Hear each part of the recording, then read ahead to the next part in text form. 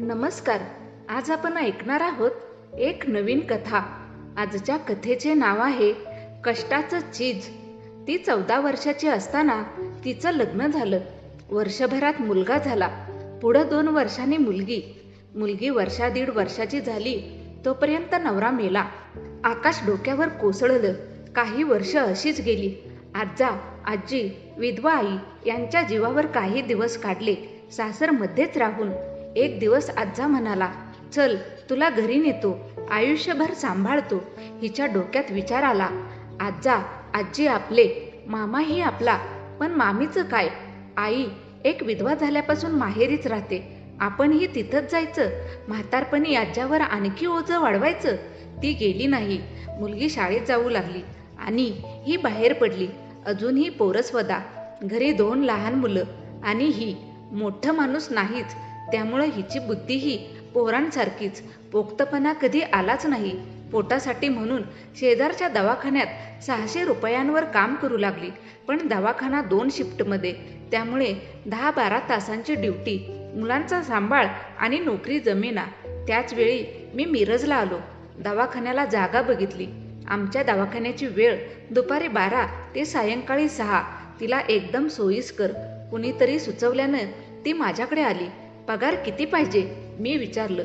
2 मुलं आहेत, त्यांना सांभाळायचं तर 600 रुपये तरी लागतील. तेवढे पुरतील महिनाभर? घर स्वतःचं आहे, त्यामुळं पुरतील.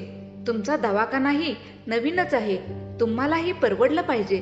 ती रोज सायकलनं यायची आणि सायकलनं जायची. क्लिनिकची झाडलोट ही तीच करायची. त्वचा रोगाचा दवाखाना असल्यामुळे काम जास्त नव्हतंच. रिसेप्शनचं तेवढं काम, कधी मधी प्रोसिजर. वर्षभर गेलं. दवाखाना जोरात चालला आणि हिनं विचारलं, सर पगार वाढवता? किती मी विचारलं. 200 रुपये. 800 करा. मी 300 वाढवला. मी कधी कधी तिच्या घरी जायचो. परिस्थिती पाहून पगार वाढवायचो. तीही सकाळच्या वेळी साड्यांना पिको फॉल लावून द्यायची. ब्लाऊज, लेडीज ड्रेस शिवायची. पुढं तिनं घरच्या घरी साड्या विकायचा उद्योग सुरू केला. सकाळी संध्याकाळी गल्लीतल्या बायका यायच्या आणि साड्या विकत घेऊन जायच्या. ही साडी मागं नुसते 50 रुपये घ्यायची. त्यामुळं मार्केटात 600 रुपयाला मिळणारी साडी हिच्याकडे अवघ्या 400ला मिळायची. नुसत्या दिवाळीतच 100-200 साड्या खपायच्या. त्यावरचे ब्लाऊज शिवून कमाई व्हायची ती वेगळीच. तिनं एक नवी कोरी गाडी घेतली, दुचाकी. आम्हीही स्वतःच्या नव्या क्लिनिकमध्ये गेलो. आता तिचा पगार 5,000 झालेला. घरी मिळणारे 5-6 हजार. दरम्यान शेजारच्या गावात राहणाऱ्या बहिणीची जमीन तिनं करायला घेतली. 2 एकर ऊस लावला. ऊसात भुईमूग. 2 वर्षात 3-4 लाख रुपये शिल्लक. तिनं आता 2 मजली घर बांधायला काढलंय. जुनी खोली पाडून सिमेंट कॉन्क्रीटचं पक्कं घर बांधते. चौकट आणि दरवाजा सागवानी. 10 वर्षातला तिचा हा प्रवास. काल गोव्याची एक स्त्री पेशंट म्हणून आलेली. मी तिची चामखीळ काढली. बिल 800 रुपये झालं. त्या स्त्रीनं 1000 रुपये दिले. वरचे 200 तुम्ही ठेवा म्हणाली. हिने ते मलाच दिले. हे पैसे तिनं तुम्हाला दिलेत, तुम्हीच ठेवा मी म्हटलं. ती काय म्हणाली माहिती आहे?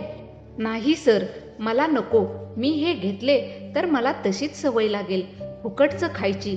मला फक्त माझ्या कष्टाचा पैसा पाहिजे. फुकटची कवडीही नको. देव तिचं कल्याण करो. ही कथा डॉक्टर अशोक माळी, मिरज यांनी लिहिली आहे. ही कथा तुम्हालाही आवडली असल्यास नक्की लाईक करा, शेअर करा आणि तुम्ही जर चॅनलवर नवीन असाल तर चॅनलला सबस्क्राईब करायला विसरू नका. धन्यवाद.